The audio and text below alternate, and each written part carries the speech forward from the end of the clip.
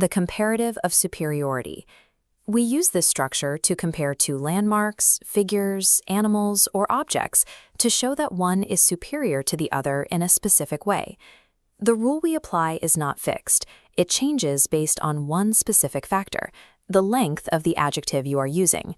By the end of this tutorial, you will have built a complete reference cheat sheet in your notes and independently completed 2 practice tasks.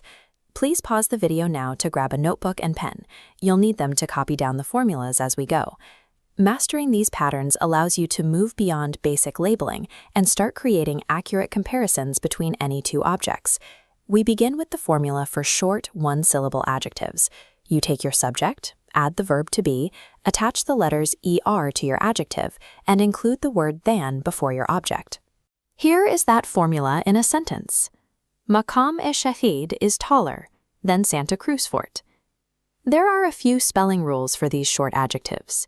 If the word already ends in an E, like large or nice, you only need to add an R. For example, China is larger than Algeria. This base formula of adding er and than is the starting point for most descriptive comparisons. Our second rule applies to adjectives ending in a consonant plus y. In these cases, you drop the y and replace it with ier. So heavy becomes heavier. Using this in a sentence, we can say, an elephant is heavier than a lion. Pay close attention. 2-syllable words ending in y, like happy or easy, are treated as short adjectives, following the IER rule.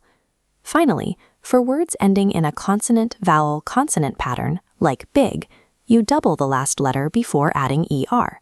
Big becomes bigger. Checking the final letters of your adjective before you write will help you avoid the most common spelling mistakes. When an adjective has 2 syllables or more, we move away from simple suffixes and use a different structure entirely. In this formula, we no longer add anything to the end of the adjective. Instead, we place the word more directly in front of it. For example, with the word beautiful, we get Tlemcen is more beautiful than Msila. There is also a small group of irregular adjectives. These do not follow the standard formulas and must be memorized. Good becomes better than, bad becomes worse than, and far becomes farther or further. Since adjectives like good and bad appear in almost every conversation, memorizing this specific list is a necessary step to avoid basic errors. Let's put these rules into practice. Look at the 4 sentences on your screen. Pause the video now and write the correct comparative form for each one in your notebook. Let's check your work. For sentence 1, good is irregular, so reading a book is better than scrolling on Facebook. In sentence 2, old is a short adjective. Egyptian pyramids are older than Mayan pyramids. Sentence 3 uses expensive, a long adjective. Gold is more expensive than silver. Finally, high is a short adjective. Big Ben is higher than Beni Hammad Fort. If you can correctly categorize the adjective as short, long, or irregular, you can solve any comparative fill-in-the-blank problem. For our final task, we are moving beyond fill-in-the-blanks. You will now use raw data to construct your own comparative sentences. Look at the data for the Eiffel Tower and the Burj Khalifa. Pause the video and write 2 sentences, one comparing them by age and the other by height. Built in 1889, our first sentence is, the Eiffel Tower is older than Burj Khalifa. And for height, Burj Khalifa is higher than the Eiffel Tower. Practicing this translation from raw statistics to full sentences helps ensure you can communicate information clearly and accurately. Congratulations! By completing these tasks, you have practiced all the core rules needed to compare nouns in English. Before we finish, take a screenshot of this summary table. This will serve as a quick reference guide for your future writing and studies. To keep this fresh, find 2 objects near you right now and write down 1 sentence comparing them. Keep practicing, and I'll see you in the next lesson. Hey there and welcome. In this explainer, we are going to totally master the English passive voice, especially for the past simple tense. We're going to break it all down together, step by step, so you can walk away from this feeling like a pro and ready to use it yourself. Okay, let's just dive right in. First up, we're going to look at a short passage about some really famous landmarks. As we read through it, you'll start to see how the passive voice is used to create a very specific effect. So, take a second to read this. what do you notice about where the focus is? The spotlight isn't really on the Egyptians, is it? Nope. It's on the pyramids and what happened to them. See how the sentences are built to make the landmarks the absolute star of the show? That, right there, is the power of the passive voice. This slide just lays it out so clearly. On the left, you've got the active voice, which is what we normally use. It starts with the doer, the ancient Egyptians. But then look at the passive sentence on the right. It completely flips it. It starts with the thing that received the action, the pyramids of Giza. It's the exact same information, just with a totally different focus. Let's dig into that a little more. So here's the most important thing to remember. The passive voice isn't about changing what a sentence means. It's all about shifting its focus. We use it when the person or thing that receives the action is way more important to our story than the one doing the action. Okay, so how do we actually do this? Well, believe it or not, there's a pretty simple and reliable formula for building a passive sentence.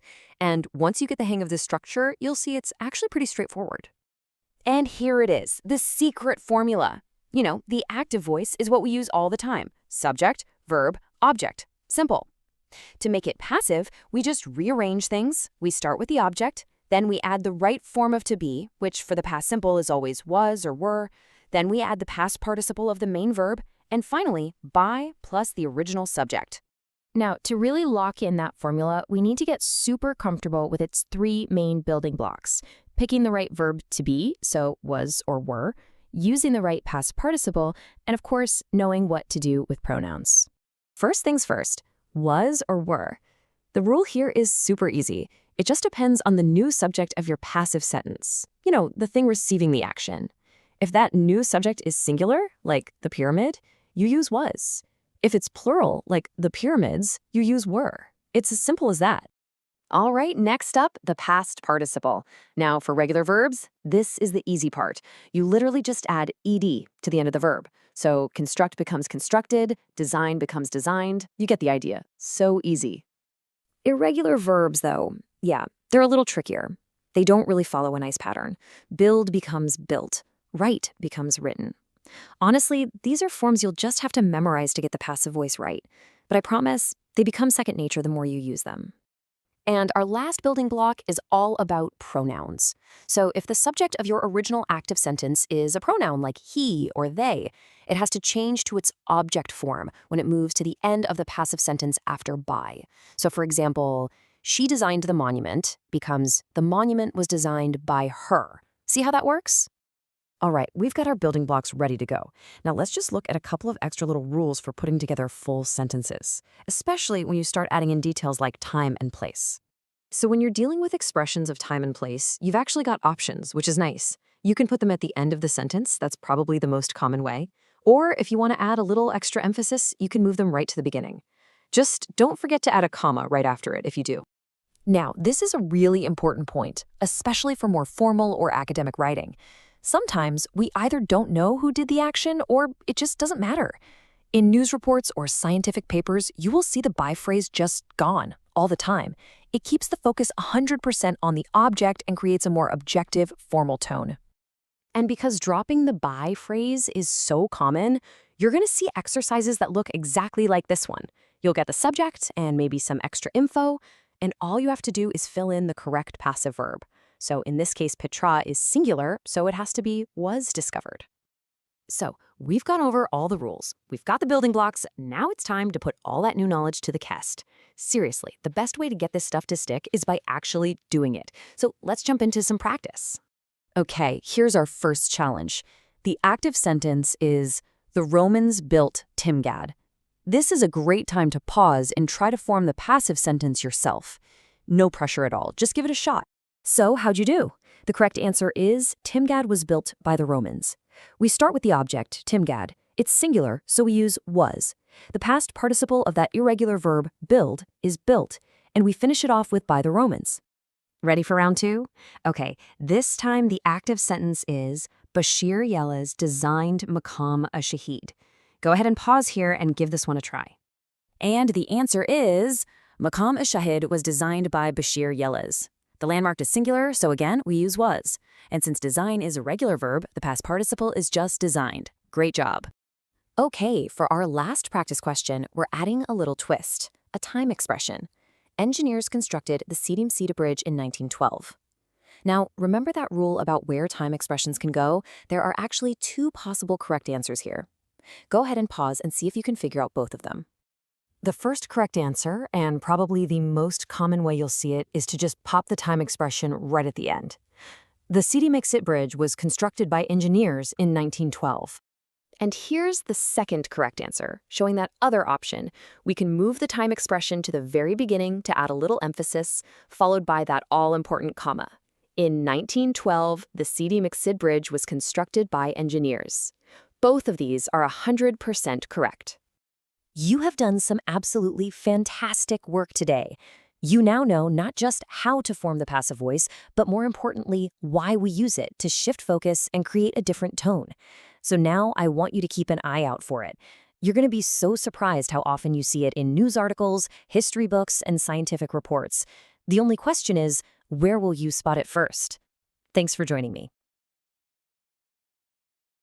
You know that feeling when your descriptions just feel a little flat? Like you want to say something was good, but what you really mean is that it was amazing? Well, today, we're going to unlock a super simple but really powerful little trick that adds instant punch and feeling to your words. Let's dive right in. So, let's kick things off with a little story. Imagine someone telling you, I traveled to Egypt. It was a very nice trip. I felt a bit hungry and tired, but the dinner was really tasty. It's a simple little story, right? But listen closely to those words I emphasized. They're doing some serious heavy lifting here. All right, let's break that down. We're going to zoom in on those little flavor words and see exactly how they either crank up the volume or turn it down a notch on the whole story. So, first up, the trip wasn't just nice. It was very nice. That one simple word instantly takes the experience from being just okay to something pretty fantastic. It's such a small change, but man, what a big impact. But then, check this out. They do the complete opposite. They weren't starving or totally exhausted. Nope, they just felt a bit hungry and tired. You see how that little phrase just softens the whole feeling? It turns what could be a big problem into just a minor little thing. And to finish it off, that power is back in full force. The dinner wasn't just tasty, no, it was really tasty. That word makes it so much more vivid. You can almost taste how good that food was. It leaves you with absolutely no doubt. So we've got these little words that kind of act like volume knobs for our descriptions, right? They make things stronger or weaker. But what are they actually called? Is there an official